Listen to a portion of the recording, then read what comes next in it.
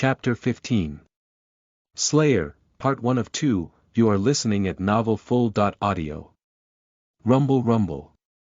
Rumble rumble. Luo Nan heard clearly a roaring sound similar to water boiling.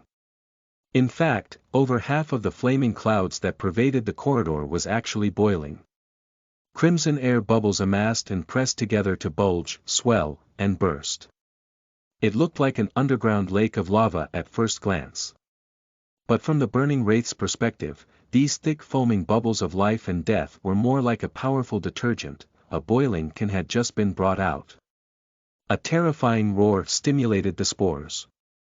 But the spores were immediately annihilated upon contact with the boiling flaming clouds.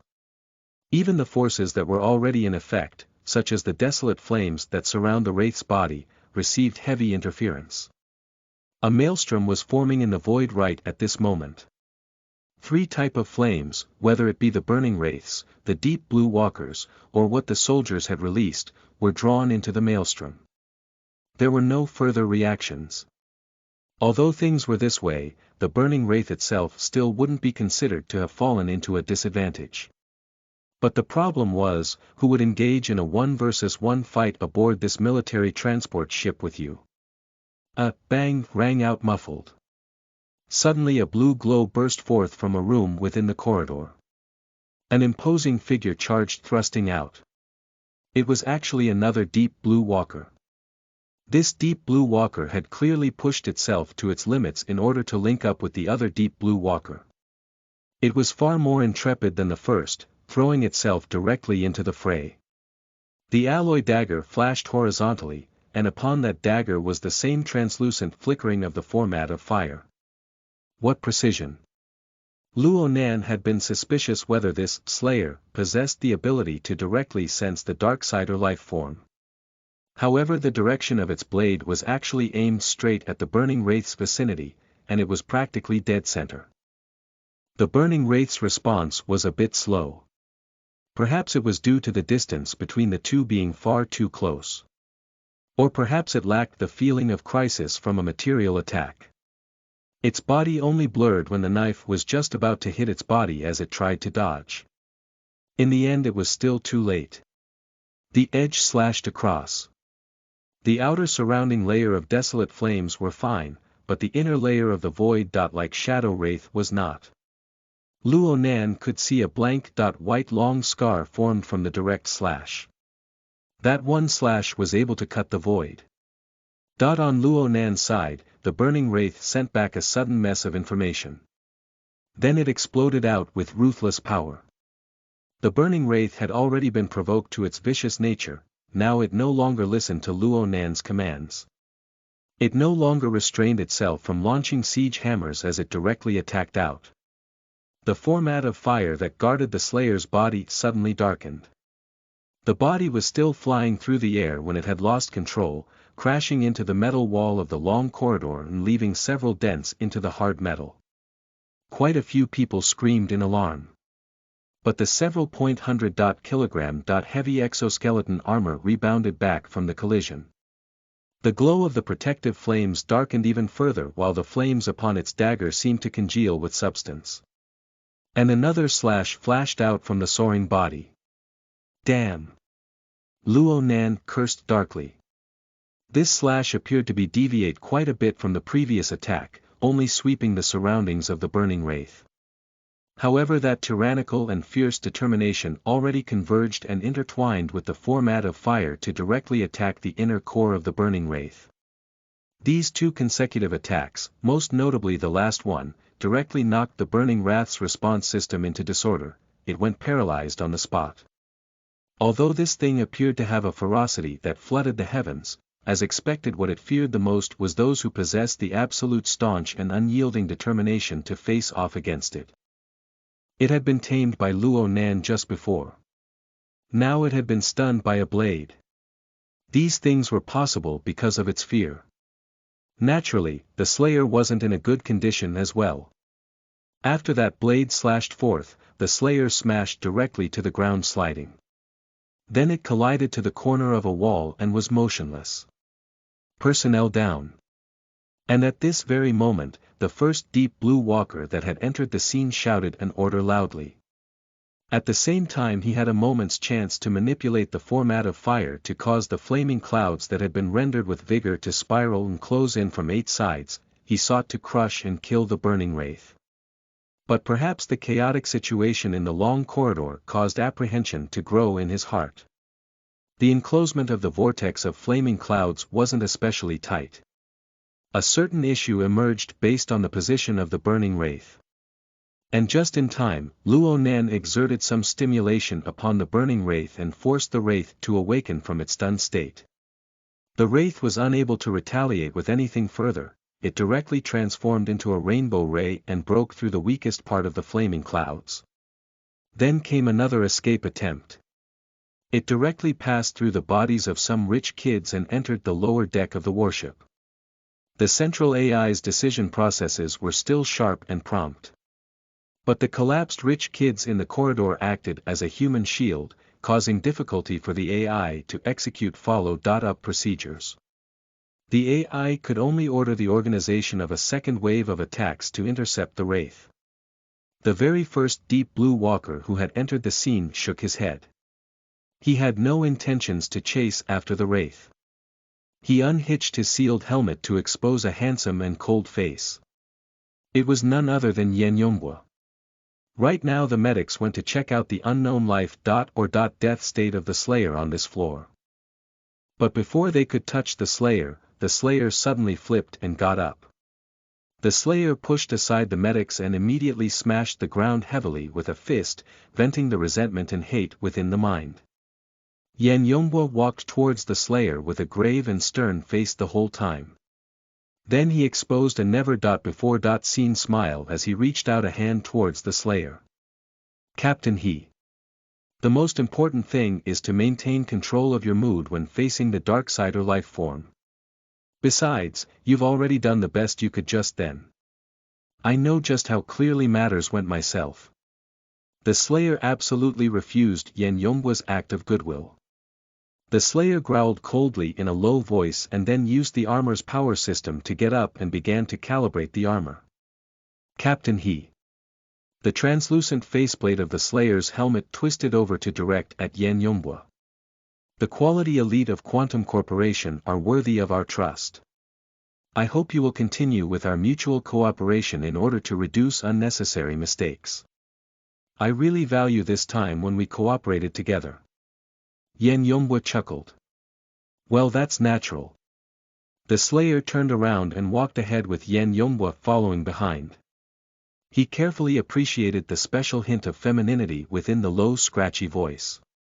At the same time he pondered the Slayer's words, deciding if there were other meanings behind them. He lowered his head several seconds later. He gave his subordinates a reminder using the company's common frequency channel. The strength of the target is powerful. Everyone. The #1 objective is to coordinate with the military's operation. Heister, I especially mean you. Don't rush forward like an impatient child. First assist the military. Heister responded simple-mindedly. Understood. I'll keep watch. Having received set wartime procedures, all non-military communication channels were to be screened and be monitored. No random chatter were allowed as well. Yen Yonghua's words soon attracted the warnings of the command. However, since the words did not contain sensitive information, and since they corresponded with the instructions given by the military to Quantum Corporation, the warning was just a mere formality. Only 2 people, Yen Yanbo and Heister, understood the true meaning of the words clearly. Put the operation on pause. Change the surveillance target. Yen Yonghua's thoughts wandered around while his head was down. Today is quite the fortunate day. I actually and unexpectedly got a chance to meet and interact with Captain He. When compared to this koi that could at any time leap through the dragon's gate and become a dragon, the malnourished cub of the Luo family could have his surveillance released for now. There were numerous methods to search the background of a small kid. But today's lucky opportunity was something that could only come once. It didn't matter how, he just needed to leave a good impression in Captain He's eyes. Yep. It wouldn't be much to exert a bit of extra effort. Chapter 15. Slayer, Part 2 of 2, you are listening at novelfull.audio. Yan Yongbwa adhered to his promise. He followed Captain Heat along with the military burner squad for the following time. They were constantly on the move aboard the floating transport ship, chasing the Darksider life form at every nook and corner of every deck. The joint hunting operation lasted for approximately half an hour before the Darksider life form tried rushing out of the warship to escape. But in the end, 5 deep blue walkers surrounded and killed it. And Captain He was the one to receive the chance for the finishing blow of vengeance. The chaos aboard the warship was dispelled at last. Anyway, Luo Nan's soul body had already quietly returned to the confinement room while the chaotic situation had been rapidly growing. The thick metal door isolated the room from the clamor of the outside world. Luo Nan's main body continued to maintain its sitting position within the confinement room. The tip of his pen was still on the paper's surface. His eyes were half open and half closed. It was as if he was spellbound. Luo Nan had never observed himself from this point of view. For a moment he only felt it was strange beyond compare. The feeling that he was looking at a different life was growing stronger. But right now the burning wraith was completely unable to provide Luo Nan with energy. The coldness within his soul body was accumulating, it was extremely bad. Luo Nan did not have time to tarry, his soul directly returned through the opening. The most worrisome of worst-case scenarios of passing through the body to the other side didn't happen. When the soul came close to the main body, the boundary between reality and the imaginary vaguely appeared. His visualized diagram manifested with its tetrahedron, inscribed sphere and circumscribed sphere. The inscribed sphere covered his internal organs. The tetrahedron was the dividing boundary between the internal and external. And when the soul touched the circumscribed sphere, his soul glimmered, merging through the door to the main body. A certain binding sensation restricted him, yet it was an agreeing force. It was like Luo Nan was wearing a thick armor, he felt the inexplicably at ease. This type of sensation persisted for a small half a second before fading away. His legendary mystical mental journey of an out-of-body experience was put to an end for now. Luo Nan's body made some movements. He pinched the shaft of his pen and slightly rocked his neck, adapting once more to the merging between his soul and his flesh. He could see from his current state that his human body was the medium and protective armor for his soul. Its usage of being a power plant was unavoidable to say the least. As for his out-of-body experience, it was as if he went on journey, he was lacking resources, so it would be better to err on the side of caution. In truth, if he wanted to have another out-of-body experience, he needed to carefully deliberate over the matter since he no longer had the burning wraith. The burning wraith was done for. Not long after Luo Nan's soul and flesh merged together, the burning wraith got caught into a death trap. Consecutive attacks had already exceeded the burning wraith's limits for sustainment by far. And it had encountered its most terrifying individual, the Slayer. The format of fire blended with a tyrannical will, causing the burning wraith to suffer a fatal injury. Of course it was quite the pity to lose the burning wraith. But how serious was that when compared to his own life? Luo Nan took a deep breath. Even though his soul had returned, he still had one more trial that was placed right in front of him. On a plane that was difficult to see by ordinary people, the heavily chained crow was gradually retreating like a snake slithering back to the depths of its cave to hibernate. Up until now, it had yet to draw anyone's attention. But Luo Nan wouldn't be careless at all until the crow completely returns. Withdrawing the heavily chained crow took a total of approximately 10 seconds, but it felt like 10 years from Luo Nan's perspective. Luo Nan had a faint feeling that there was a subtle change on the heavily chained crow's body. He didn't have the mood to further think about it though. He maintained holding the drawing posture the whole time until the chains had completely been regained, only to fade away along with the visualized diagram. Once in a while he would draw some lines that even he would find to be unfathomable mysteries himself. He waited there in silence. He really didn't know if a deep blue walker would burst in the door in the next second and press the muzzle of a gun towards his skull. 5 minutes passed and nothing happened. Luo Nan could let out a long breath at last. He looked at his notebook. The perfectly fine prison building had already been destroyed subconsciously by random dabbles and scrawls. This was good as well. Luo Nan closed his notebook, raised his head with closed eyes, and leaned back in the chair. He emptied his mind completely and was truly relaxed for a moment. But he never imagined that a beeping would start ringing in the next second. The metal door opened amidst the electronic sound. Luo Nan suddenly opened his eyes, his body seemingly shooting up.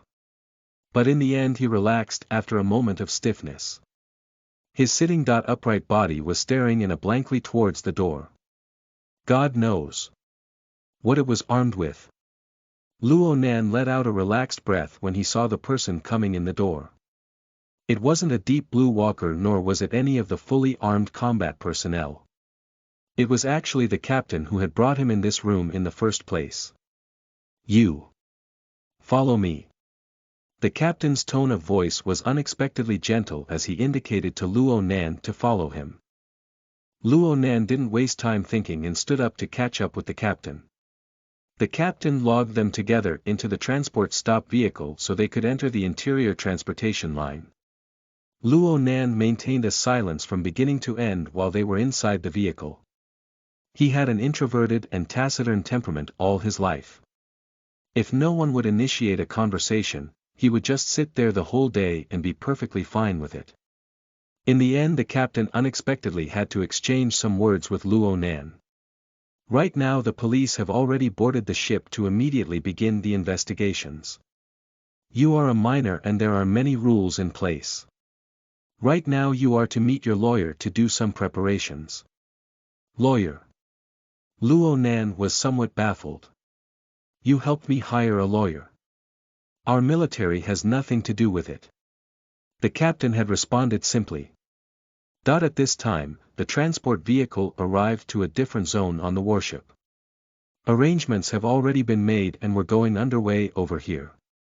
Luo Nan took a fleeting glance in passing and saw that here there were interrogation rooms, waiting rooms, analysis rooms, and etc.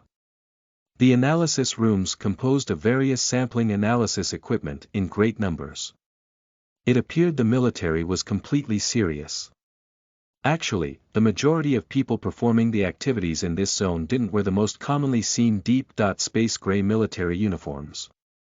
They wore the black uniforms of the Xia City Police. The captain didn't stop moving. He led Luo Nan to a room in the corner of the zone. He knocked on the door, opened the door, and indicated to Luo Nan to enter. The room was a bit noisy. A woman dressed in a professional suit leaned against the edge of the table. She had her head down and was fiddling with a flexible screen in her hand. The AR special effects of the screen were clearly set to max gear. Images and shapes of beasts and humans emerged from the screen, leaping out and running about. The lighting effects were quite gorgeous and the sound effects were also quite astonishing. The screaming of the beasts at least were quite horrifying. Luo Nan actually recognized that this was the worldwide popular mobile game phenomenon, 10 Days in the Wilderness. Wait a sec, this part is quite hard. The professional woman didn't raise her head. She had spoken in greeting without much thought while she was stabbing and jabbing at the flexible screen. It was a ridiculous scene, and it made Luo Nan's escorting captain's eyes twitch. Luo Nan didn't really mind. He faced the captain with a nod and directly headed inside. The difficulty level of 10 Days in the Wilderness was quite high.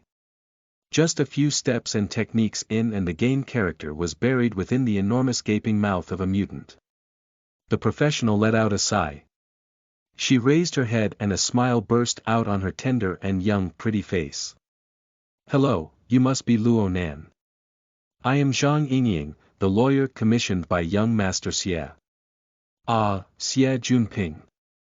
Luo Nan was not the least bit shocked towards this answer. In other words, he had been waiting for this result to happen all this time. Right now it seemed like that failure of a fellow didn't let him down in the end. Chapter 16. Zhang Yingying, Part 1 half, you are listening at novelfull.audio. Zhang Yingying snapped her fingers. Yo, it's great that you understand.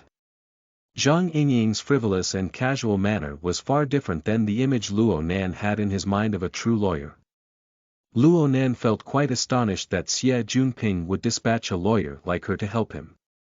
Then Zhang Yingying described the sequence of events, further verifying this point of his. You were there when the accident occurred in the RD district. You should know that the military and police have placed a great importance on the matter. The situation over there is quite chaotic, so they don't have the energy to deal with you small fish and prawn. Yet, they still have to do screening, so they had to temporarily detain you on the transport ship.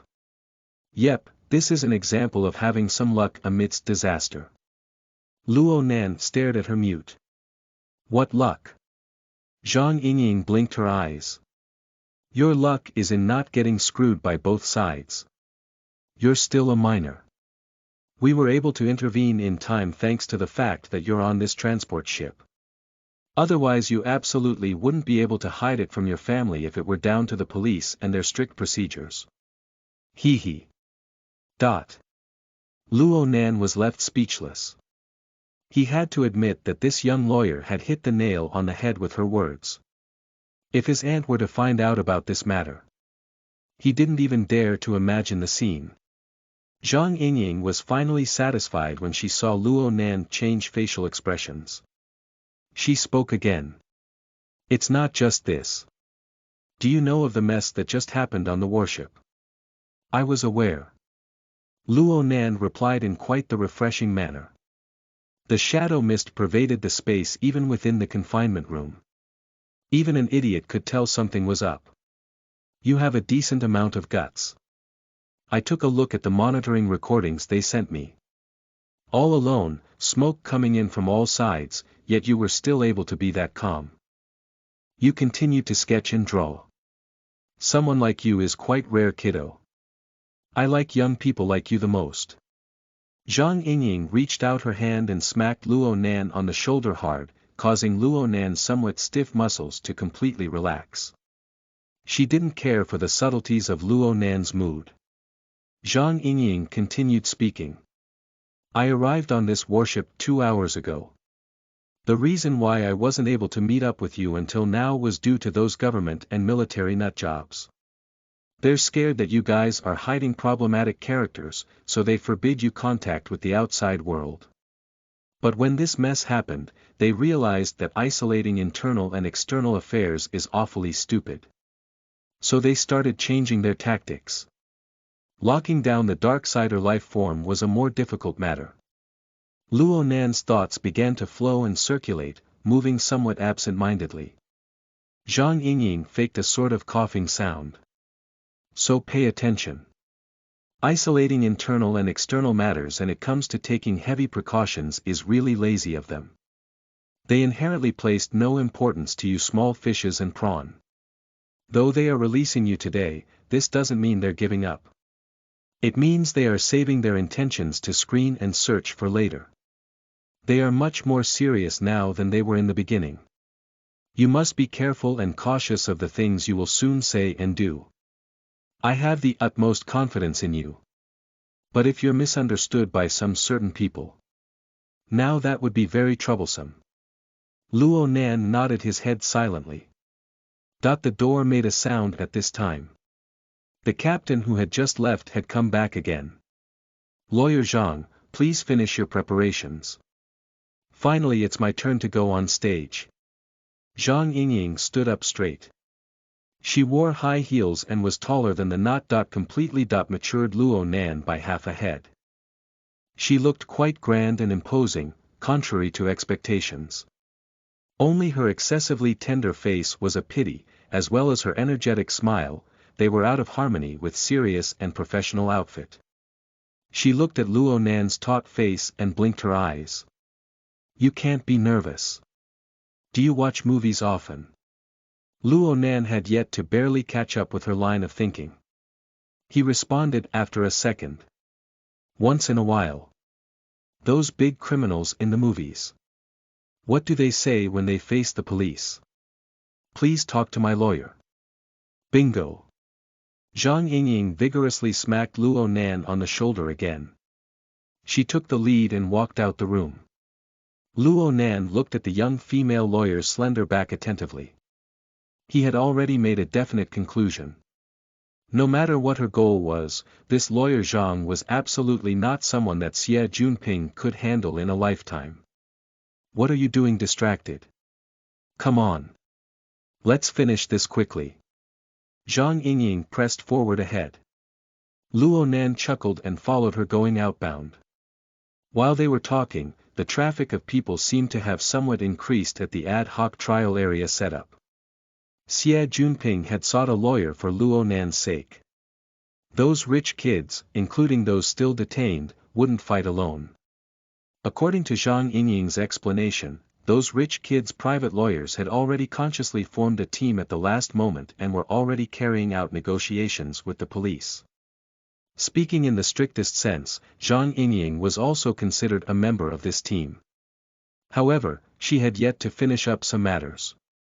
When they entered the trial area, the military personnel automatically stepped back and handed their duties over to the police. Now they had to first pass through various sorts of detection searches. Luo Nan spoke not a word from beginning to end. He just let others do whatever they needed to do. He was extremely cooperative. The schemes of the government and military were basically as Zhang Yingying had determined. The attitudes of the police were extremely strict when they carried out their procedures.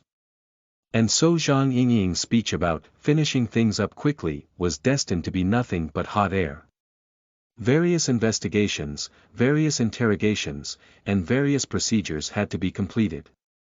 And that even included responding to the ammo of the other lawyers. Li Xueqing was still lying in the warship sickbay even until now and was under observation for medical treatment. His family certainly wouldn't have the goodwill to put matters to rest. Obviously they wouldn't shift attention away from this matter. This wasn't Luo Nan's field of expertise. Fortunately there was this Zhang Yingying by his side. Although, finishing things off quickly, had gone to smoke, the young female lawyer was still able to display an unobstructable and powerful strength. Of course, the behind-the-scenes negotiations that Luo Nan did not understand at all had a far greater effect. The negotiations had caused all offensive fire that was imposing and loud like thunder to be as effective and small like raindrops. They were annihilated without a sound. From Luo Nan's perspective, this whole interrogation process only reiterated the course of events from the morning when he left his house door until he got detained. It was just a 7-8 reiteration. That's it. Then finally they made it through. Arg. What a waste of time. Zhang Yingying ignored the complexions of the police officers in her surroundings as she walked out of the interrogation room.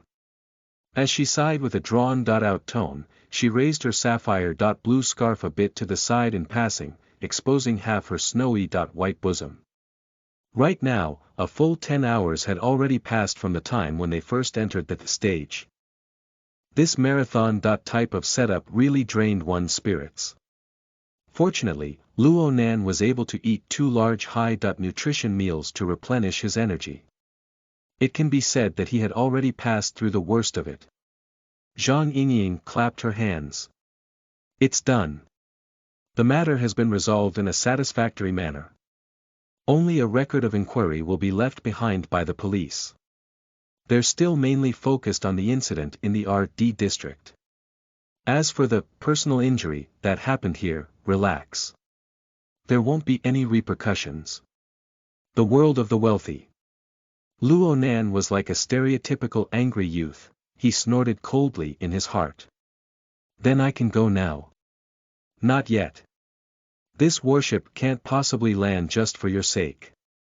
A landing ship would also cost money. So, you need to wait for the whole group of people to finish with their interrogations before you can leave. It seems like I am. Yep. You were the first. So you need to wait longer. Luo Nan sighed a breath silently. And at the same time he felt an inexplicable sensation. He twisted his head and saw some unmanned exoskeleton armors being towed by a transport vehicle. The vehicle passed through from not too far away. A swift and fierce male with a dark complexion and a buzz cut was on the vehicle. Luo Nan's gaze just happened to rest on this male's face, which had a menacing coldness that was completely unconcealed. And like Luo Nan, this male's line of sight came to rest on his opposing party as well. Chapter 16. Zhang Yingying, Part 2 of 2, you are listening at novelfull.audio. A weirdo. Luo Nan was the first to break his gaze, sweeping over the exoskeleton armors on the vehicle. Though there were no distinct markings, they were painted in a special blue. The answer was made clear. Deep Blue Walker, and most noteworthy was that it was the non-military kind. Over 90% of all Deep Blue Walkers in the world were in the military. This was an irrefutable and undeniable fact. But Quantum Corporation was the one who developed and launched the Deep Blue platform. So it was quite natural for them to possess a few so-called experimental types. However, Quantum Corporation's Deep Blue Walkers weren't allowed to be outfitted with high-kill potential weapons. They possessed fewer modules, they possessed slimmer body frames, and they came with some auxiliary equipment. For example, diversion fins and so on. These tiny details could escape other people, but they could not escape Luo Nan. He could even tell differences from just the exterior of these completely identical exoskeleton armors. He found the one he had previously crossed paths with in combat. It was the second from the left, that field controller, the first to fight with the burning wraith. And during the very end, when the wraith was surrounded, the field controller had played a crucial role. Luo Nan's eyes squinted slightly. The system layout and parameters of Deep Blue Walkers were undoubtedly highly classified information. Even by adding together information from several information channels, only odd bits and pieces could be put together. For instance, this appearance right here. They had just been unsuited in this unboxed state. From the 5 years since the Deep Blue Walkers had launched, probably only a handful of people had seen them in this state. Luo Nan gripped his notebook tightly, wishing to pick up his pen immediately. He wanted to draw this unequipped armor in all its detail.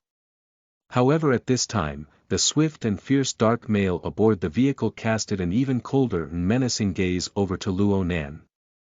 Then he proceeded to do some work. He flipped a tarp to completely cover and seal all the armors from unwanted eyes. Luo Nan was slightly stunned. Then he shrugged his shoulders. The people of Quantum Corporation were this petty. He looks to be of Quantum Corporation. Is he an acquaintance of yours? Asked Zhang Yingying suddenly. Luo Nan replied honestly. Never seen him before. Then what were you being distracted for? Let's go. Zhang Yingying urged him by his side, pulling him back towards the previous room once again. She sighed a long breath upon entering, moved around, and leaned against the edge of the business desk just as before. She stretched and said, "It's super damn annoying dealing with those bureaucratic shysters." Luo Nan was speechless towards this female shyster. But even more important was that he had been standing in the room for some time and had no idea what he should be doing. Zhang Yingying chuckled and giggled as she indicated for him to come over. Your performance just then was quite decent. I present you with a gift. Look, it's this room. Don't be dissatisfied. Only in this temporary zone are the external communications restrictions lifted on the warship. Otherwise, how would you be able to play games? Luo Nan subconsciously shot a glance at his wristband. Sure enough, its communications functions and internet functions were unblocked. Hick. What the hell were these dozens of missed calls? After scrolling roughly, he found that most of the missed calls were from his older cousin Moya. They started in the morning for a total of 25.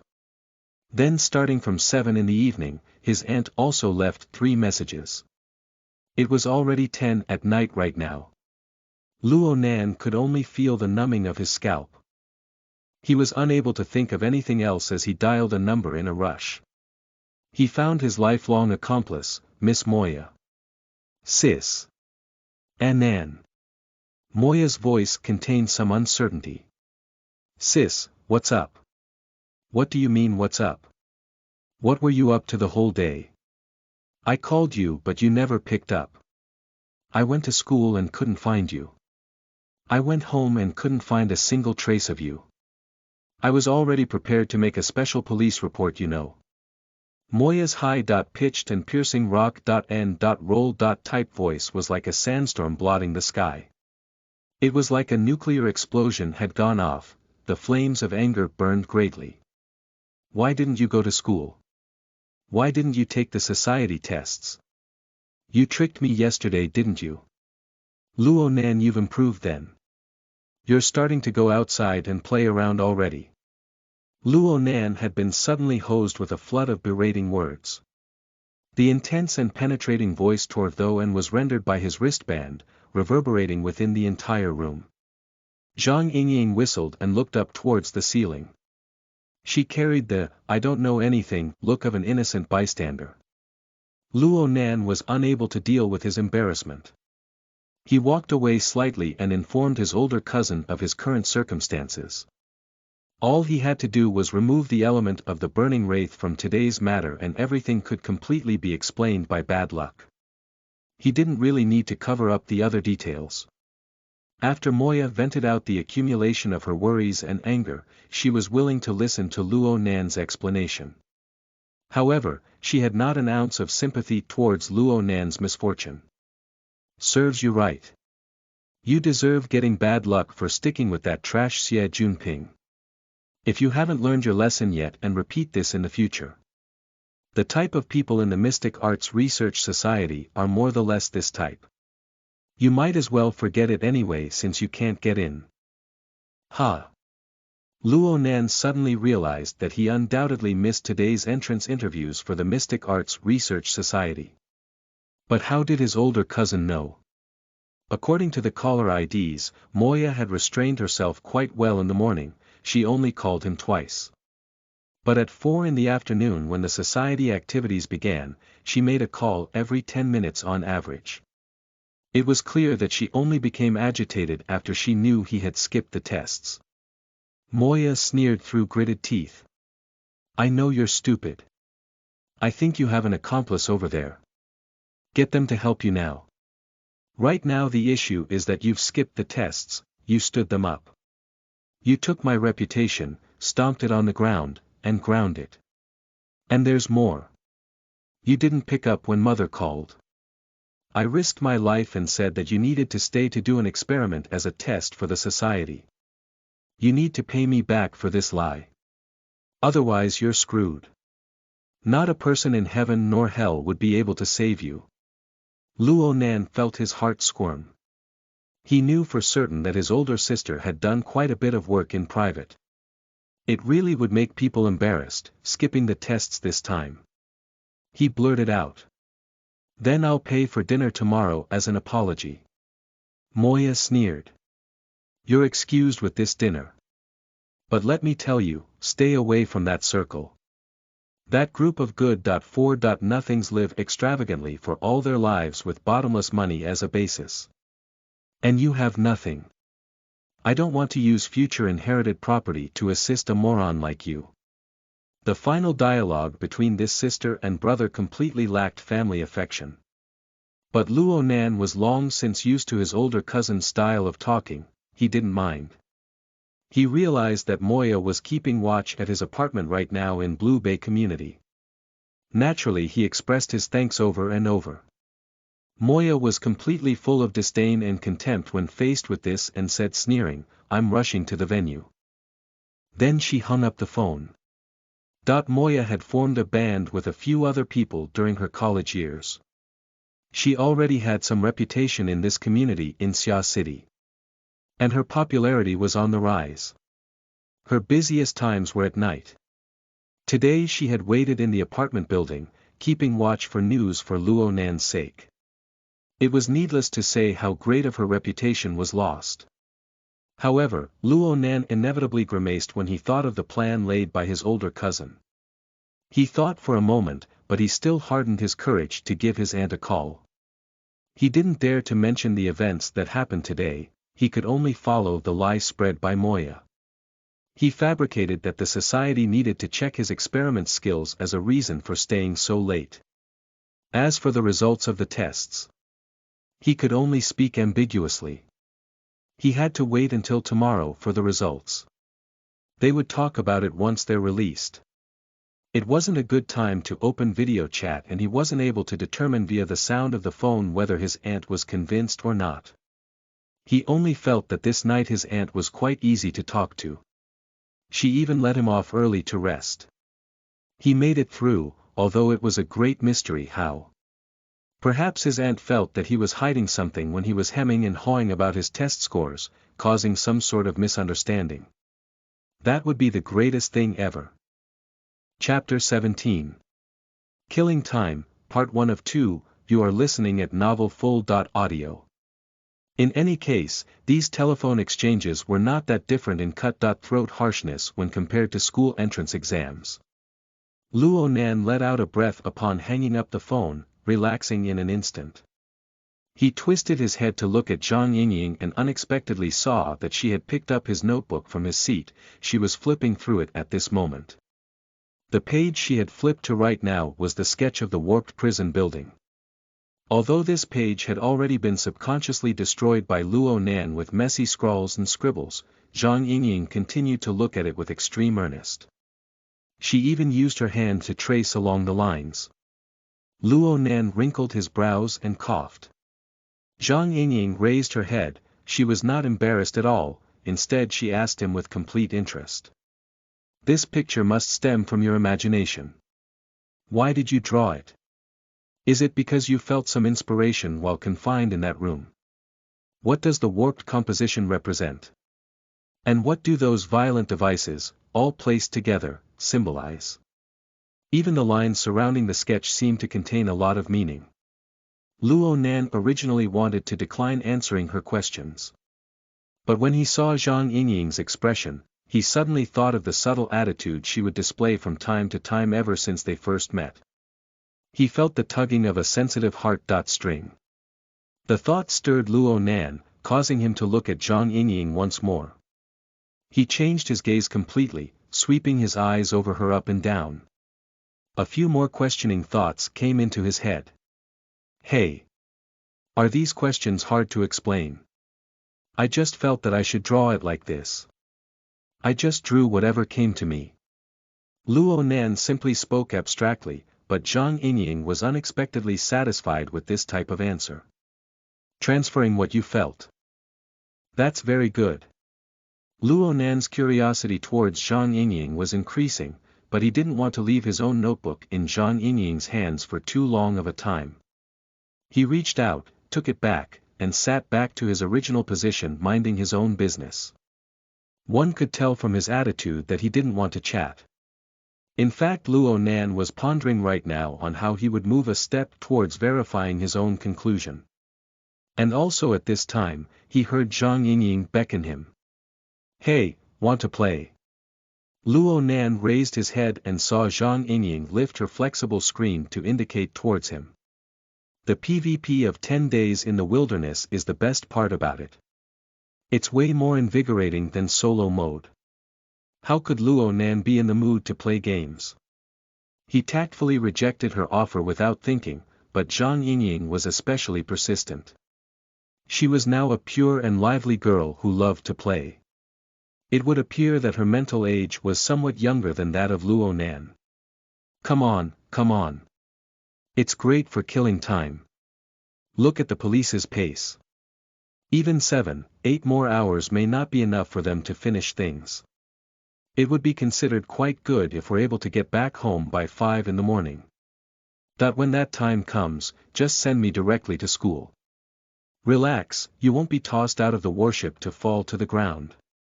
The question right now is. Let's play games.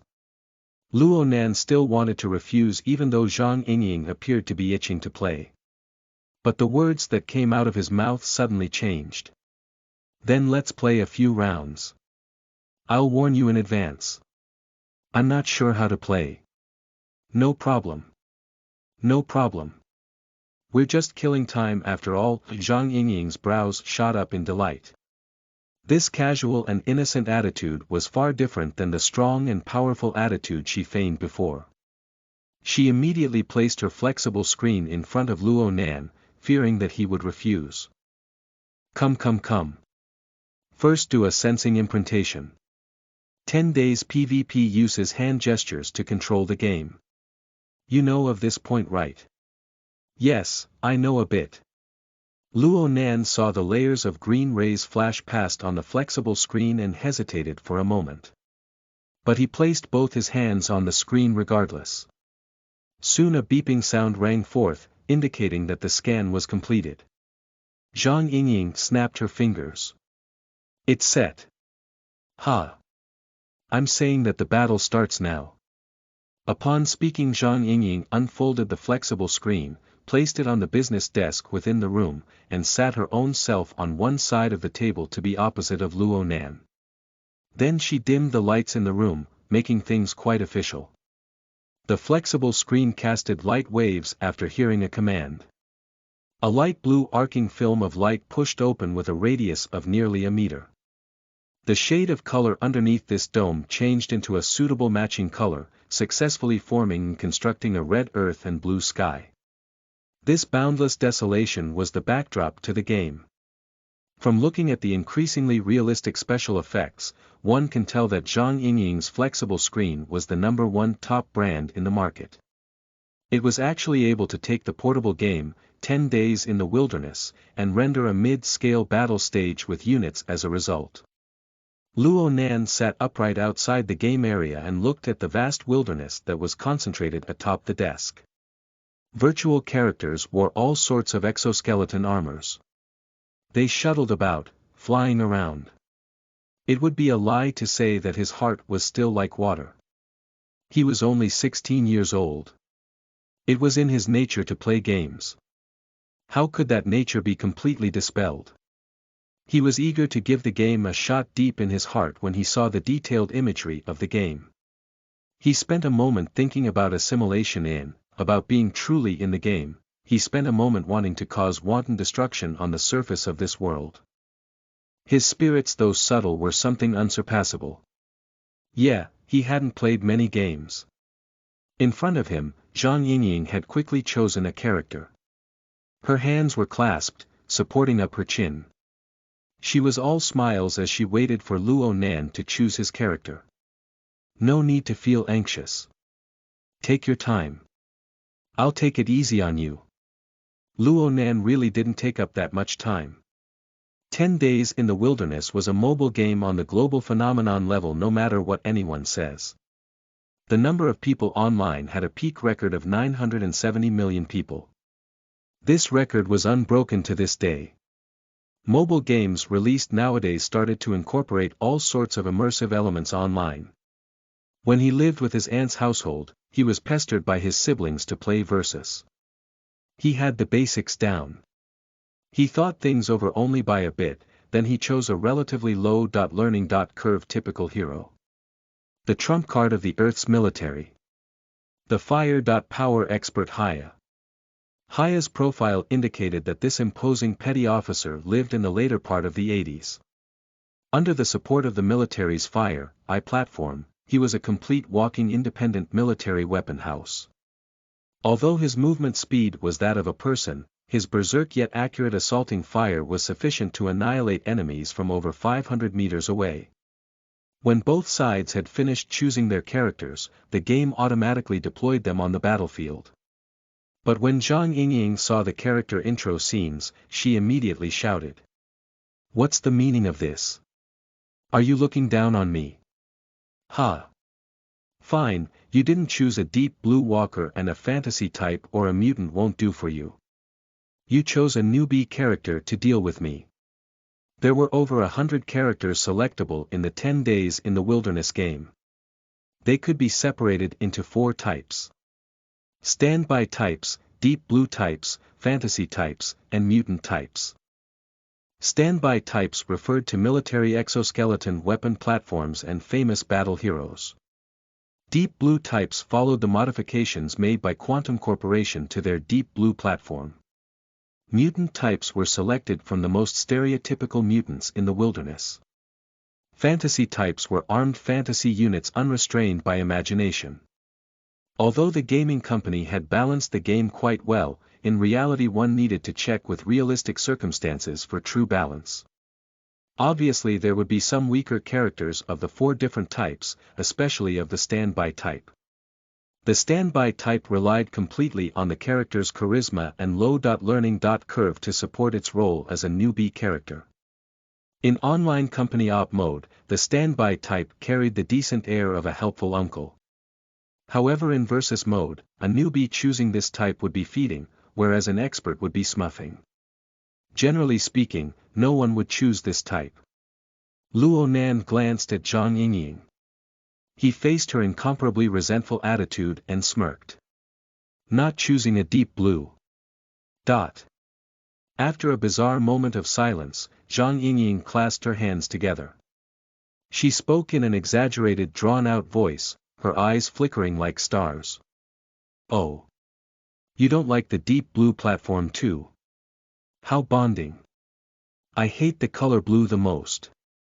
I feel dizzy when I see too much of it.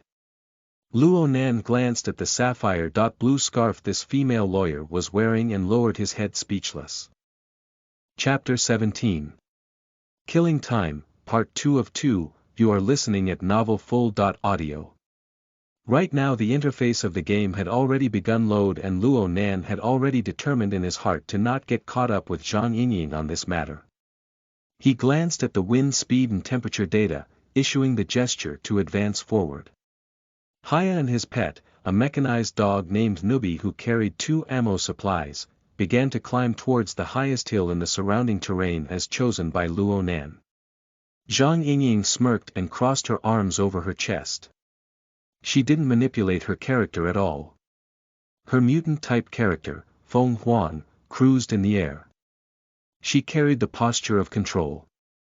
Luo Nan understood her intentions, she was abandoning the flexibility of tactics, directly facing off to determine victory. This was undoubtedly the situation where the character Haya would be able to bring out the most combat strength. As a newbie, Luo Nan recognized that she was giving him a handicap. He controlled Haya to set up a weapons platform on the peak of the hill, completely sacrificing his ability to move as a result. His maximum possible firepower was now realized. When all his preparations were complete, Luo Nan directly made a taunting gesture without saying a single word. Zhang Yingying sneered, changing her hand gesture for the first time. She controlled the giant wasp like Feng Huang to blaze across like a hurricane. The character had already passed the center divide of the battlefield in the blink of an eye. Right now the two were marked to be a distance of 987 meters apart. 900, 800. 700, Haya's light railgun began to explode forth, drawing glistening trajectories under the sky. Zhang Yingying's grew excited all of a sudden. She declared impatiently. I'll smash you to pieces. No matter how silly Zhang Yingying was being, the control skill that she was demonstrating within the game was certainly far and beyond that of Luo Nan. Feng Huang's enormous body charged forward, dodging and fluttering between the ballistic shells that grew in concentration. The body broke through the 500-meter barrier between life and death. It broke through the consecutive variations of barrages, causing the arduous and elaborately knitted bullet shield to crumble to pieces. Nubi got corroded by Feng Huang's corrosion and his ammunition exploded to waste. Haya had the light transparent wing of the wasp cross over his neck, directly coing him. First blood. From across the table, Luo Nan saw Zhang Yingying wag her index finger at him. Do you want to change characters? Luo Nan spoke not a word, selecting the rematch option. Zhang Yingying took up the challenge with smiles and giggles. When their characters were deployed to the battlefield, she felt a sensation. She raised her head and was met with Luo Nan's gaze piercing through the hologram and falling on her face. That gaze had not moved for quite a while. She lifted her chin slightly and barraged Luo Nan with blinking eyes. What do you think? Beautiful, right? Whether she was referring to her looks or to her control skills, well, that's where opinions may differ. Luo Nan didn't reply. His gaze swayed slightly, but soon he withdrew his eyes back. Miss Zhang Yingying was naturally beautiful, she wasn't scared of people looking at her. Moreover, there was a game to play. She had to wait till she played her fill before talking more. Light and shadow crisscrossed and blurred within the closed room. Time followed a different form to flow past at lightning speeds. The battle in the wilderness didn't stop since it had begun.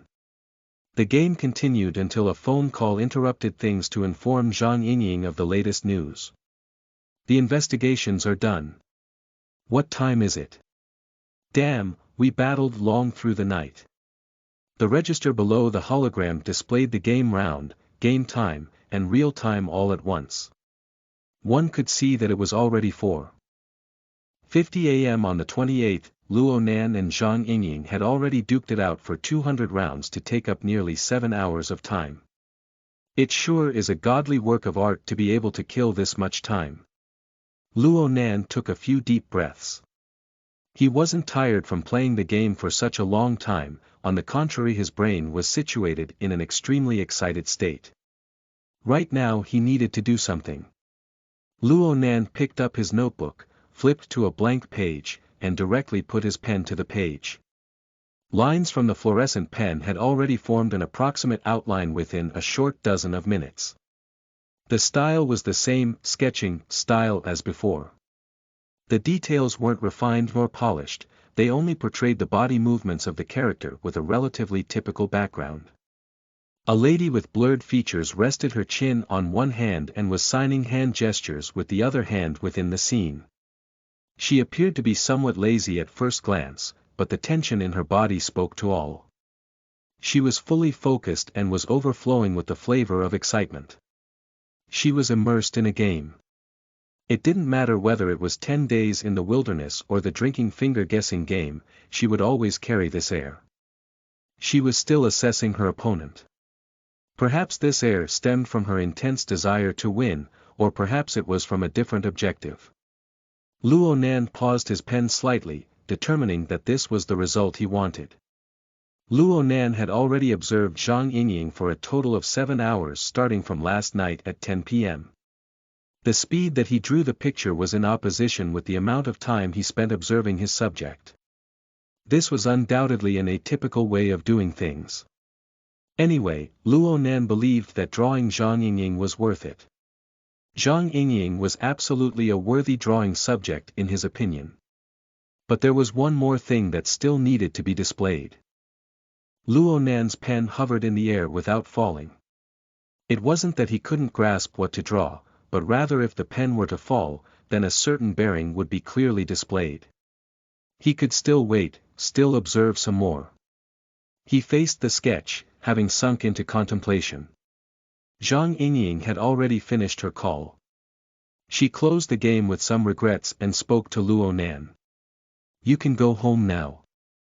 The only thing is that flying car phantom needs to be left behind for evidence. Oh, that's right. You wanted to go straight to school. You don't want to go home and sleep for a bit. Luo Nan grunted and he continued to ponder with his head down. The tip of the pen was about to drop. How could anyone lock Zhang Yingying down when she becomes curious? She immediately moved closer to take a look and became stunned in place when she saw the drawing. She instinctively reached out her hand to touch Luo Nan's forehead.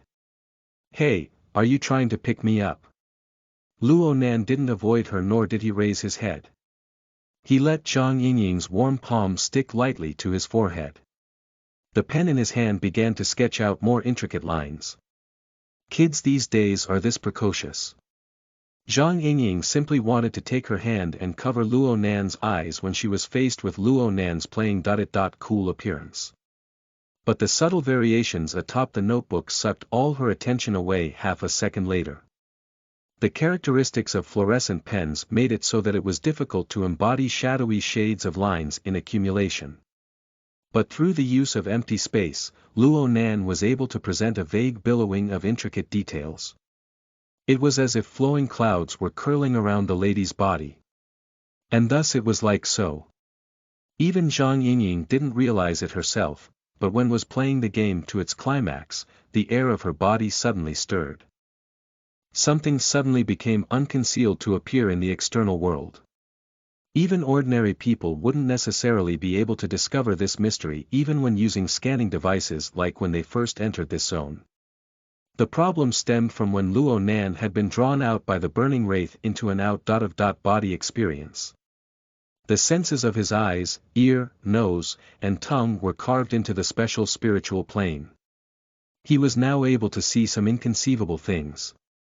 The room's atmosphere was extremely tranquil, seemingly to the point of congealing. Luo Nan continued to maintain his previous tempo. He paused his pen, he collected his pen, then he put on the inductive tip. He placed the pen back to his pen case, pressed on the somewhat unresponsive binder boosters to open the metal binding rings, and took out the sketch. Once he did all of that, Luo Nan took a slightly hidden breath of air. He raised his head and presented the sketch with both hands. Lawyer Zhang. This sketch is for you. It's my thanks for today's, no yesterday's exchanges. Zhang Yingying didn't respond immediately. She was staring at the sketch with its unclear features as if she was staring at a mirror. She subconsciously raised her hand and moved her hand to match the body position corresponding to the mirror. Her fingertip streaked across, catching nothing but empty air.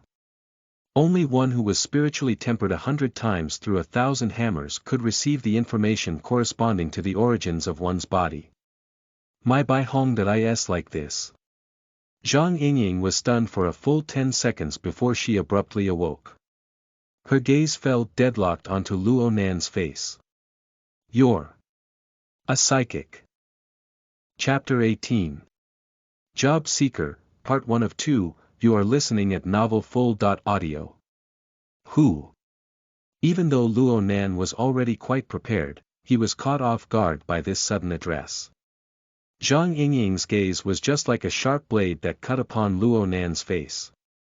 But Luo Nan's reaction just then was really his honest reaction.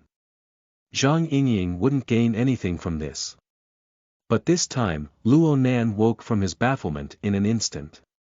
His eyes suddenly lit up. A psychic. Hick.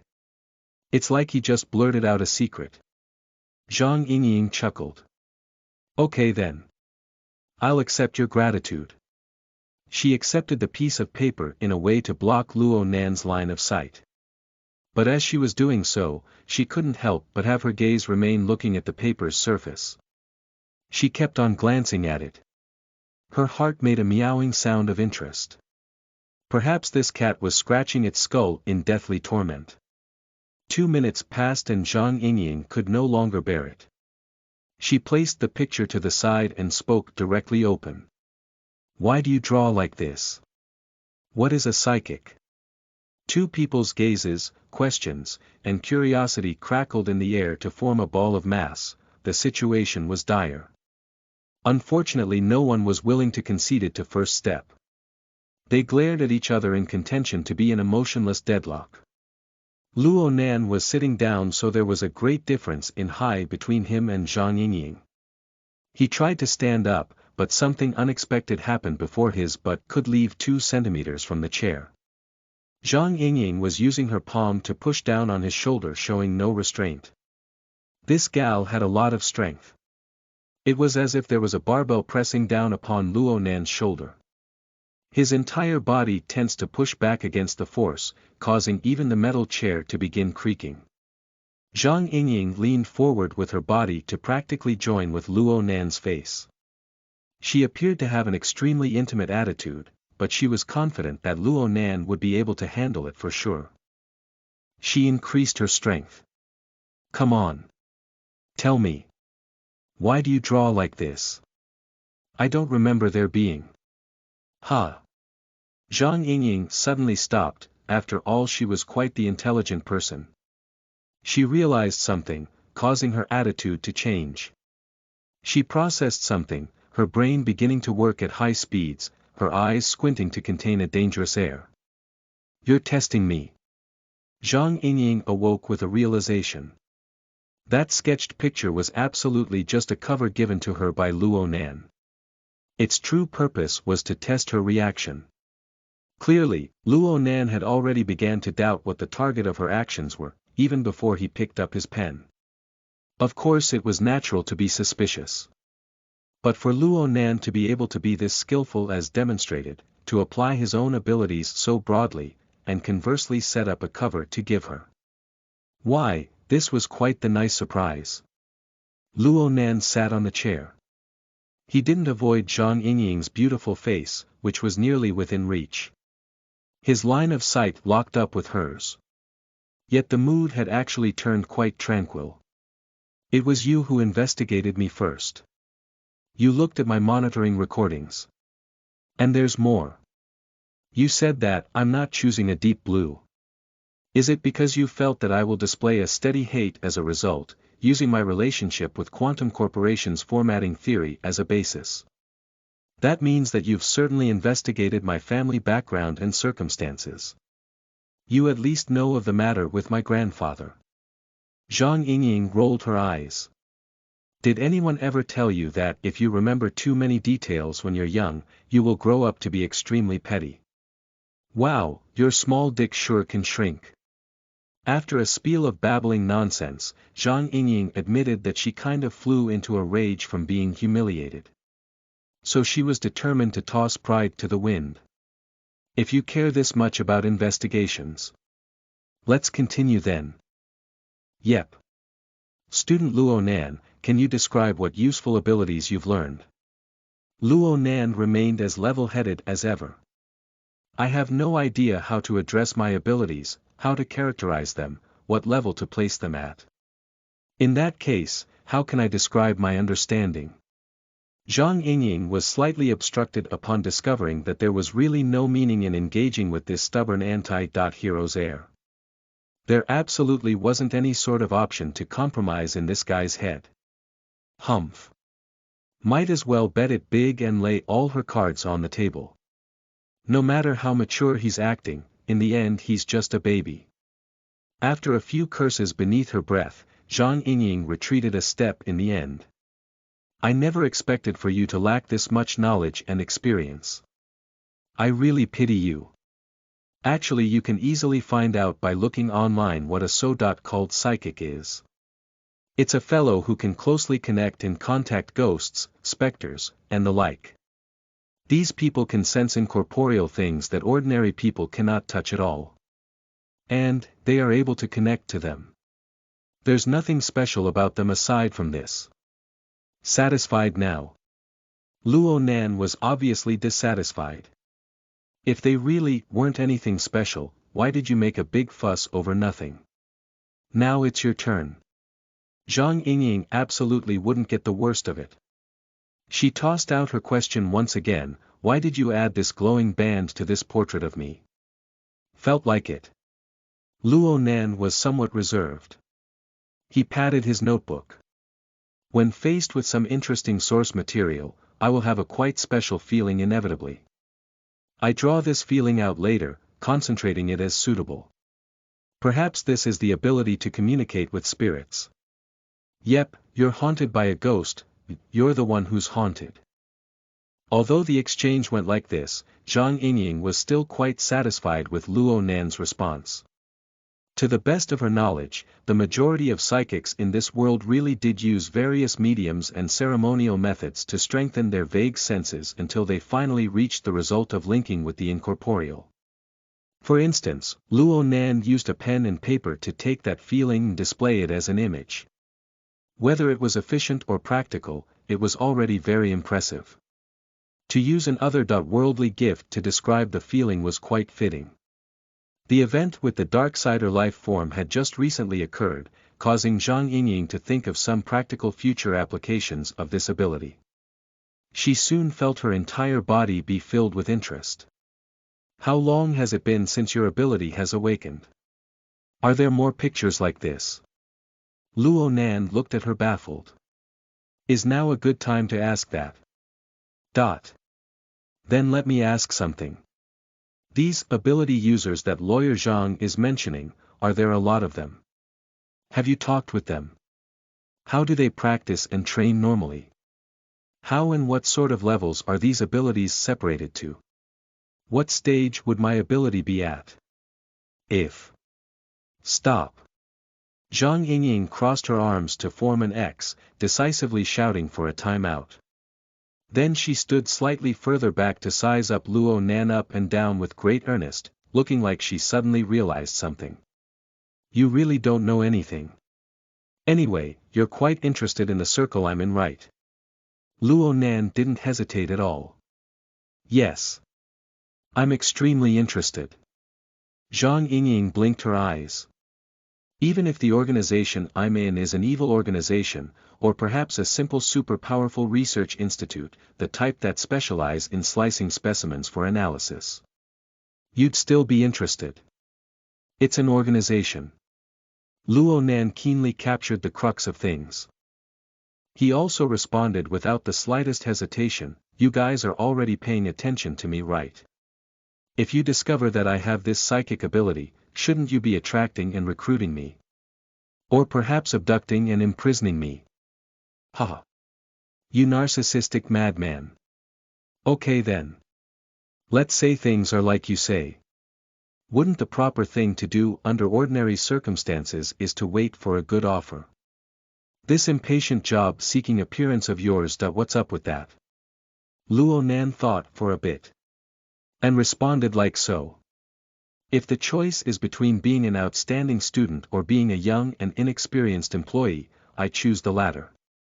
Even if it was better for him to choose to join the Mystic Arts Research Society to perform independent lab experiment work, he would have to stagnate in the Chemistry Society and be a well-behaved and brilliant student for a year before doing so.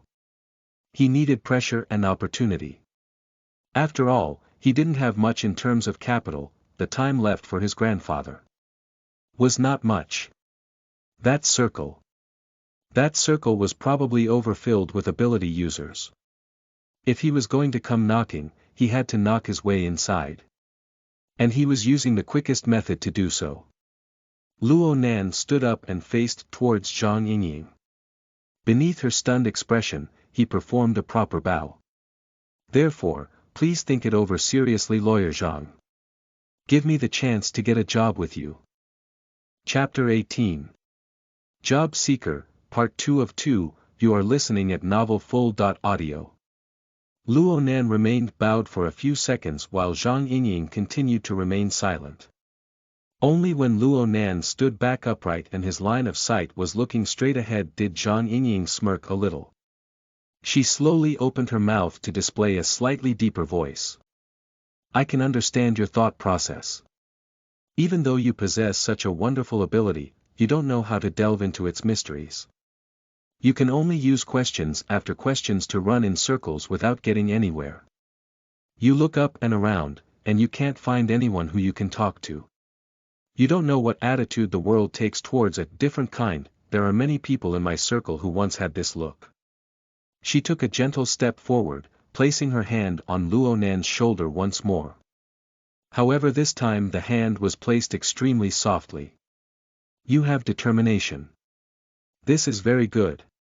But you need to understand what you shall face. You shall face. Zhang Yingying suddenly choked on her voice. Luo Nan looked at her stunned, only to see the female lawyer's eyebrows, eyes, lips, and even her tender cheeks shudder and twist. In the end she couldn't hold any longer, she burst out laughing. PFFFF. Ah, I'm sorry. Zhang Yingying had accidentally spat some saliva on Luo Nan's face.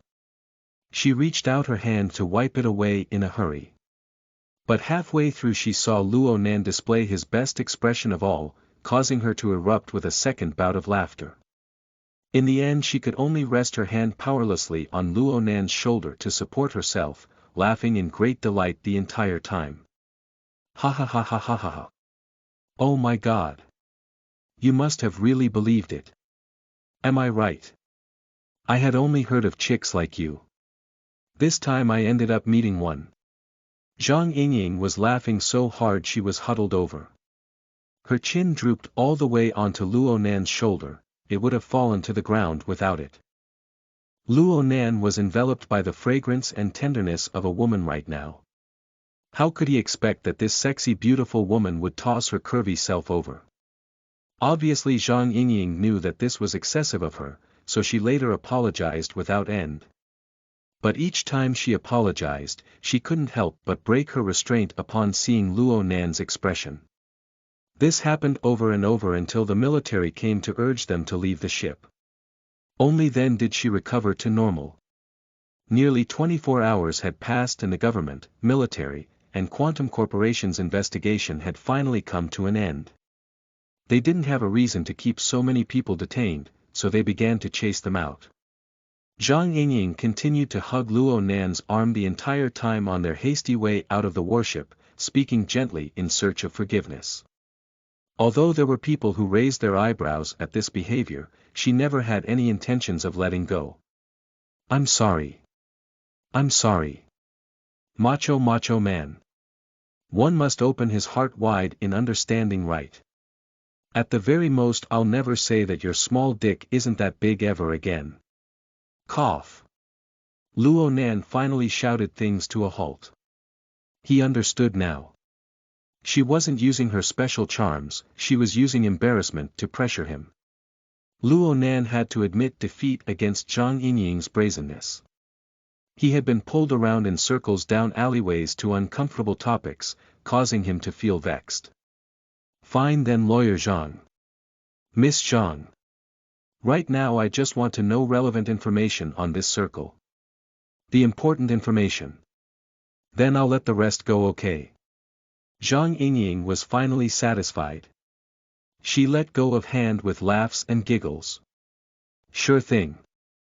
Let's talk in the car.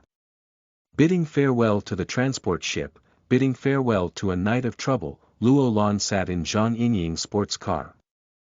He sat by himself in the back, intentionally keeping some distance between him and this shameless gal. Zhang Yingying turned her head to look at his expression, nearly exploding with another spiel of laughter when doing so. Only when Luo Nan's cold and menacing gaze looked up did she restrain herself a bit. L.C. Okay. Let's cut to the main topic. First of all, I am positive that you've read a lot of novels for sure. You believe that our group of people are seeped from head to toe with mysticism. That we're some sort of secret society, some dark organization. Aside from the fact that he didn't read novels, it was all on the dot. Luo Nan was left speechless for some time. Zhang Yingying chuckled while she started the car. What decade do you think we are living in? If the upper class don't flaunt their wealth, if the best of the best don't show off their skills, then they might as well be dead. Those in our circle have really gone to the next level.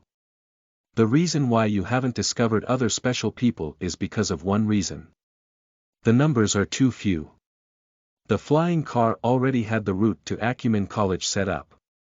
The car cut into the superconductive roadway to coast in a uniform velocity state. The proportion of ability users to the rest of the population has continued to increase and rise in recent years.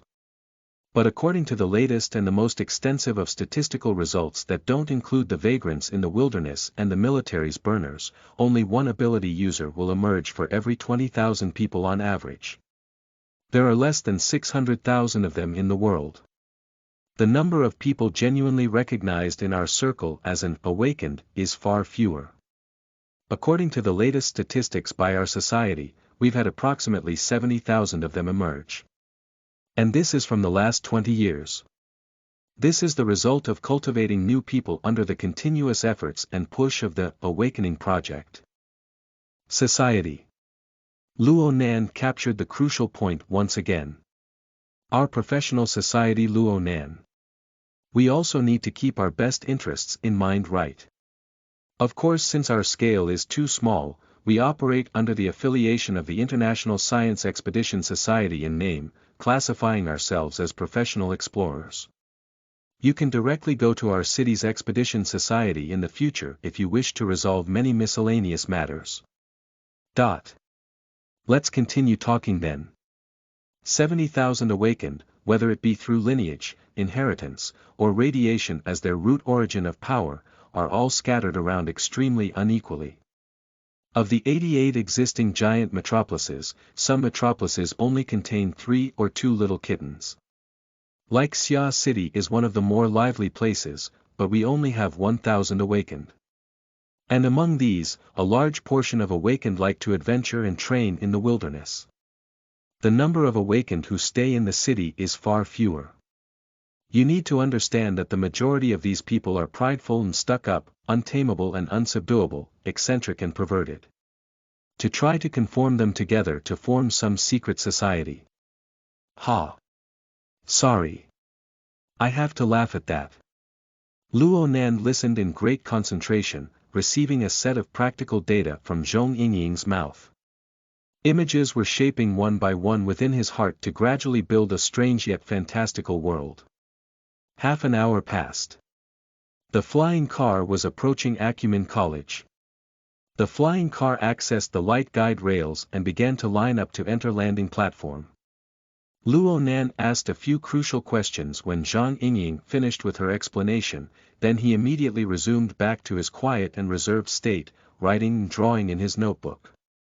However, most of what he drew was a mess of chaotic lines that was impossible to make heads to tails of. It wasn't a new piece of work that was being created and it made the constantly sneaking peaks Zhang Yingying be quite disappointed. With her eyes on the landing pad, Zhang Yingying interrupted him. Nervous. To the point that you can't draw anything. Isn't it natural to be nervous when applying for a job? I mean, you mentioned that there would also be a live interview test. Relax. This circle is quite thirsty for new blood.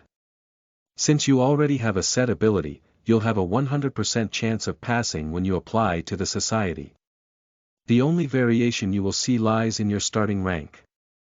Does this macho man care about this empty title? Oh. We're here. They entered the landing pad. Since the vehicle wasn't allowed to linger for more than a minute, Zhang Yingying no longer spoke wasteful words. She bid him farewell casually and freely. You already have my contact information. We also have a common understanding regarding matters about psychics. And so, I wish you the best of luck for a smooth interview. Many thanks for your help. Luo Nan gave a deep meaningful glance at Zhang Yingying. He nodded his head while getting out of the car in a straightforward manner. Zhang Yingying sent him off with a smile, bearing an easy-going attitude the entire time. However, when Luo Nan had left, she laughed with a ha. She swung her snowy white and long slender beautiful legs, flinging her high heels off onto the dashboard. Then she immediately dialed a number. She shouted noisily when the call went through. Boss. I discovered a super-duper tender young sapling. You have to give me a bonus this month. Chapter 19. Period of Withdrawal, Part 1 of 2, you are listening at novelfull.audio. Acumen College was located in the Pingjiang district, a core district of Xia City that was located in the outer city zone. Here there were several middle schools, high schools, and research institutions in great numbers aside from Acumen College. Together they jointly formed a near 100 square kilometer education district. It was the #1 region in Xia City for the humanities, so naturally it was the best living area in the city. After sending Luo Nan off to school, Zhang Yingying turned the car around and arrived on a campus of a research institution located several kilometers away from Acumen College. This research institute operated under the name of the International Science Expedition Society. In reality it was a contact gathering point set up for and by the awakened. Since the number of awakened in Xia City was quite sparse, this place was quite barren throughout the year. Sometimes months would go by without even a person there. However, this time when Zhang Yingying entered the campus, she saw the rarely seen silhouette of Aunt Susan working on duty. Hey! Susan! Congratulations on gaining another 5 kilograms of weight. Aunt Susan was half Caucasian. Rumor has that she was an extremely beautiful halfie when she was young, but right now she was extremely large and heavy. This inactive middle-aged woman weighed in at 120 kilograms. The biggest hobby she loved to do was staying home and playing games. She was a kindred spirit with Zhang Yingying because of this. They normally had a good relationship. I've been working overtime every day. I'm dying. Susan's thick chin trembled as she complained loudly. You know the altered humans doctrine that was agreed upon. It hasn't even been 5 years ago when they stated that burners don't count as altered humans. They sure focused on the altered made by archetype formatting back then. But right now they've changed their tunes one by one. These driveling liars have no backbone. Zhang Yingying was amazed. They want to recruit burners into the society. But the first batch of burners still haven't finished serving their required time yet, right? I recall that their service agreement is for 20 years. The thing is that there is a batch of them that was able to retire early due to injury. There's approximately 200 of them. Hee hee. We're going to transform into a veteran society pretty soon. 200. Zhang Yingying's eyes were bulging wide open. There's only how many burners in the entire world? 17,626 burners. That is the latest data. Although Susan looked boorish, she was extremely perceptive towards numbers. She could grasp all data and statistics of the society, making her the society's secretary. Her authority was quite large. There's no need to wait for the large wave of retired burners in 20 years. In the next 10 years, the vocal power of the society will be snatched away by the government army. I'm not that pessimistic, contrary to belief. Zhang Yingying wasn't ready to delve deeply into this topic. She moved close to Susan's side and took a look at the various data that was being casted within a large area. Susan just happened to enlarge a certain person's profile that made Zhang Yingying quite amazed. He Yuan. The leader of the 7th Special Combat Squad of Ship Lanshan. I just got out of there a moment ago. 20 years old. When did she undergo the alteration? She was part of the first batch. Rumor has it that she was 15 years old when she got in a car accident. She was in a life-threatening state, and only through altering her into a burner could she continue living. She grew in the military from that point on, achieving an outstanding military service. Her life experience is quite extraordinary. She just retired from the military today, but soon she's going to become our big shot vice president. Susan's words were overflowing with the hint of mock and ridicule. But she still gave He Yuan a rating of C+, without the slightest hesitation when she was calibrating Captain He's profile. This was the highest ranking given to entrants of the society. As a matter of fact, these two that were present here were evaluated to have a mere rating of C. Zhang Yingying clicked her tongue. When she saw that Susan was going to continue inputting data, she rushed to hold Susan's hand back. Susan, my dear. Let me look someone up. Susan glared with her bloated and puffy pig eyes. Get lost. Do you know how busy I am right now? I need to enter the data and ratings of over 200 people's profiles, and I need to get it done within 5 days. This damn job isn't something that can be done just by tapping a few times on the keyboard. Yes, of course. I know that you have it tough, but think of our friendship. Last week I played Chronicles of the Legia War with you. For 3 days and 3 nights. Then I wanted you to play a few rounds of Wilderness with me. But you just ran off on me. Susan felt a bit guilty. I had to come work overtime. Grievances from overtime should be settled during overtime. Zhang Yingying raised her flexible screen and casted an image onto the console in front of Susan's body. Just this one person.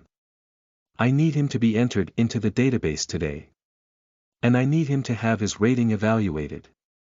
That's all I need. Susan mumbled to herself. But she still paused her task. Hand in the end, activating Zhang Yinying's flexible screen. God, it's 10 days of the wilderness again. You're not sick of playing it? Susan found the relevant software module and accessed the large projector in front of her. Zhang Yinying had performed the preliminary work quite well, saving Susan quite a bit of effort. Replay. The game battling scene between Luo Lan and Zhang Yinying on ship Lanshan started to replay within the projected area. It included a record of Luo Nan's gestures that was used to control the game character. There was also the movements of the game characters, the changing variations of tactics, and etc. Zhang Yinying wasn't negligent even though she had already experienced things firsthand. She continued to watch the replay with great earnest, to the point that she was even more concentrated than Susan. From the hand-control technique, one could see that Luo Nan was indeed a newbie. There were many redundant actions and many mistakes popped up here and there, leading to Luo Nan not being able to switch weapons in time, sinking his weapons, and so on. However, all of this was completely meaningless from Zhang Yinying's perspective. She wasn't testing Luo Nan's electronic skill level, she was testing something at a far deeper level. For example, the lines drawn by Luo Nan's finger to select Haya's ballistic trajectory. It was so precise it was as if the lines were drawn using rulers. Another example, after suffering 2 defeats when facing Feng Huang's rapidly moving velocity vector, Luo Nan was able to determine the vector with such accuracy that it made Zhang Yinying grind her teeth in secret. From this, one could tell that Luo Nan possessed some certain qualities. But these still weren't his core qualities. Susan began to do work right now. Her right hand pressed in the interactable region, which immediately flashed with a bright white light, causing the projected region to split to 2 halves. The game scene with Luo Nan's control replay was on one side. Corresponding real-time data charts and diagrams were on the other side. While the scene was playing back, additional regions appeared on the charts and diagram side. Digits began to pulse. Several undulating and surging trend curve lines were pulled from the data. Half of these lines were hovering near the bottom, they were relatively smooth and unchanging. However, there were 3 lines that had relatively large changes and variations. Zhang Yinying displayed an even greater concentration. His control delay ranges between 0.12 to 0.09. And he was able to keep it stable for over 4 hours. TSK. He has the ability to concentrate to this degree, and he says he doesn't like playing games. Scope of destructive power is between 0.1% to 0.8%. It's a little bit low. But it shouldn't be a problem if he can increase it. Character activation. Degree of personification went from 52% to 72%. 20 percentage points. He would pass with no issues. Zhang Yinying let out a long hushed breath. There wasn't a specific ability, just the basic qualities weren't lacking in merit. It made her be far less worried. Yet another non-combat personnel. Your business office is also running low on people. Can you make money with this kind of target? Susan smirked and gave out a preliminary evaluation result using the software. Name. Luo Nan. Age. 16 years old, growth stage, ability orientation. Enhanced mental ability, precision side, determined level. Unawakened, no score calculated, potential standard. E+ recommended path. Precision control, maintenance and manufacturing. Susan entered the data with great proficiency into the Society.exclusive database. Upon hitting a button, the system automatically sent out contact information to a certain hatchling located several kilometers away. Chapter 19. Period of Withdrawal, Part 2 of 2, you are listening at novelfull.audio. It's done. Upon completing this task, Susan waved her hand in indication for Zhang Yinying to stop interfering with her work and to get lost immediately. Zhang Yinying shamelessly didn't leave. Hold up, girl. Let me see who's participating in the practical evaluations. What the hell do you care about that for? Don't y'all from the business office need to be at the awakening ceremony anyway to exert your influence? There are 3 observation stages for newcomers, which are internal to the organization. These 3 stages consist of the entrance evaluation, the awakening ceremony, and professional delineation in total. Zhang Yingying had to wait until the latter 2 stages before she could truly exert influence on the newcomers in order to pull them into their group. Zhang Yingying replied with laughs and giggles. We're quite optimistic for this newcomer. You say that every time. Susan's eyebrows wrinkled. Yingying. Is there a point in polishing newcomers day in and day out? And you only do it for these non-combat type personnel. Their awakening is simpler than others. Your family's Wu Huang really does have specialized skills to be able to guide quite a decent number of people into becoming personal family members with the boss. Indeed, this is the #1 position in our circle. The plump fist smashed down lightly in the interactable region, ringing out with a muffled echo. The more riches one has, the more thieves one attracts. A powerful person attracts criticism like a tall tree attracts the wind. There become more concerns with recruiting people as the family becomes bigger. Look here. 70% of people in Hidden Indigo business office are non-combat personnel. How can you maintain your security?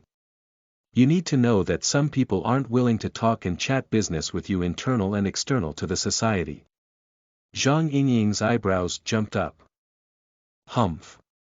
That group of jealous pink eyes.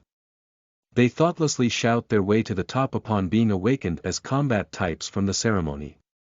And it was only a few years ago. Hee, Susan my dear. I know you mean the best for me. She revealed a smile as she spoke and was about to embrace Susan's plump face with a kiss. Susan pushed away from her in a bad mood. Little girl, are you just pretending to be stupid or are you truly stupid? I remember you used to be quite opinionated. How did you become a yes-man right underneath your boss in the last 2 years? I remember the society ranking evaluations of the last 2 years. You haven't made any headway. Has your Baihong, White Rainbow, stunted? Zhang Yingying saw that Susan was really angry, her smile shrunk a bit. She shrugged.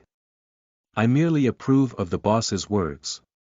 A person who possesses a heavy fist that can smash the world won't have any effect on the continuing existence of the society. To smash the world is to suppress nature.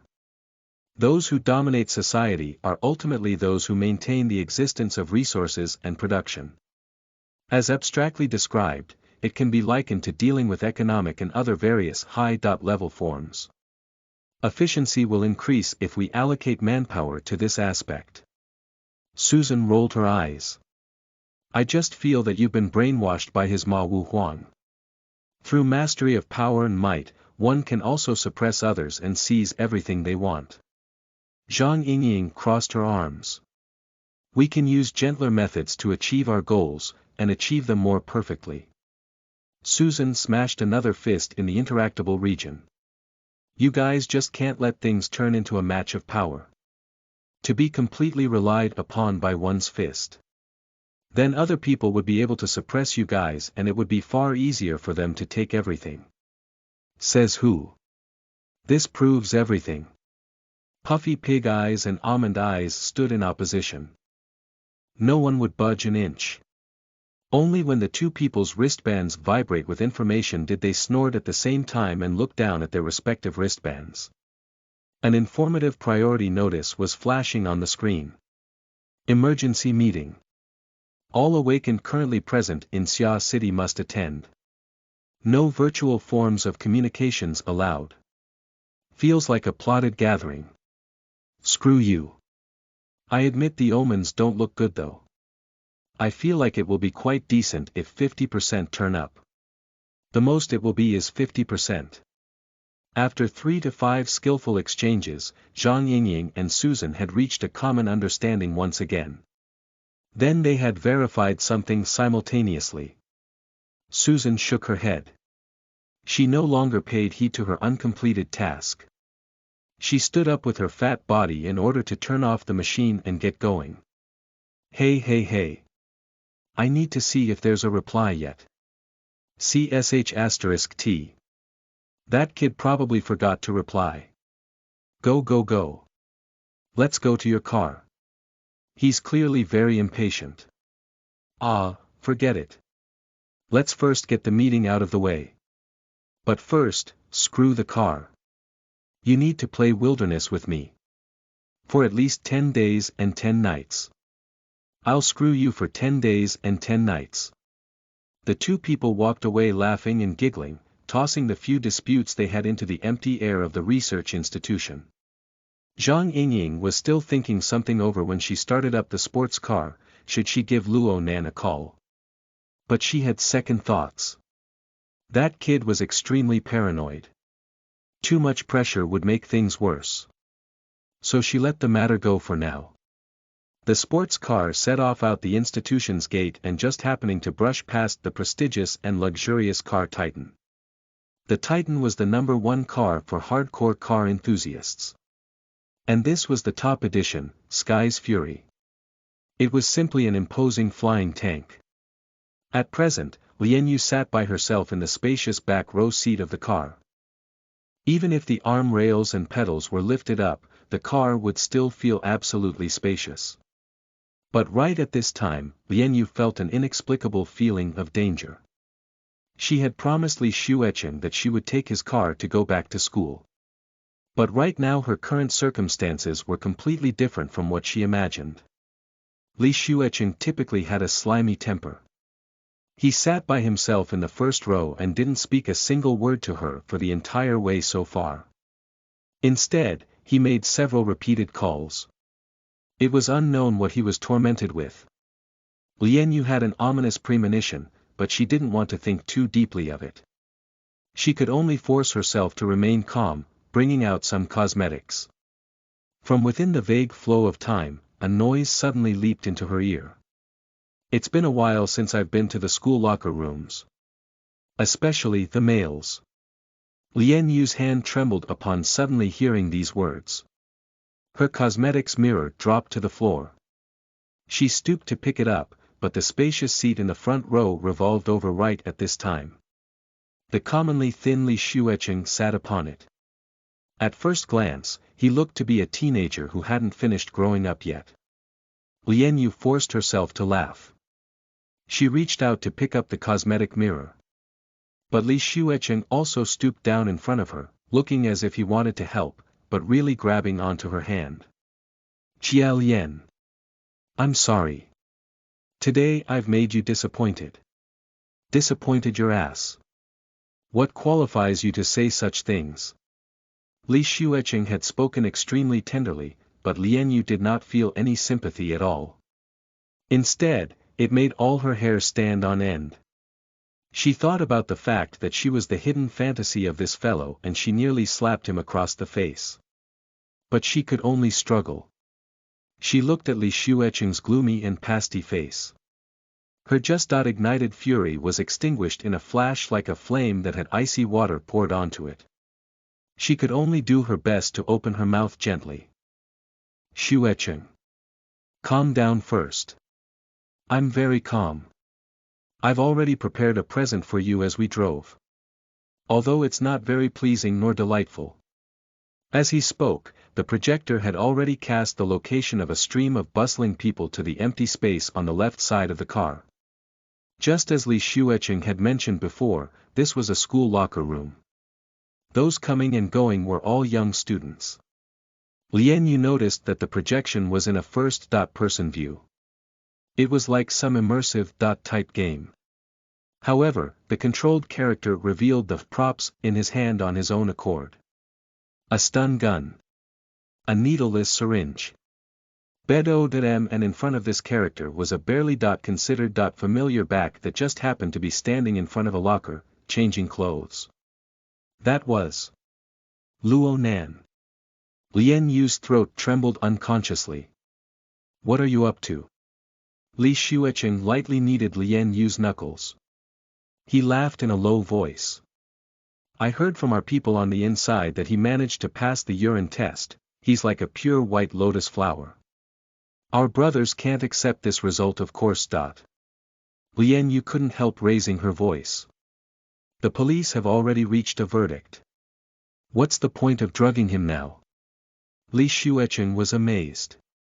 Don't people say that there's always a withdrawal period after taking drugs? Relapsing or something like that. Come, let's play together. Let's go.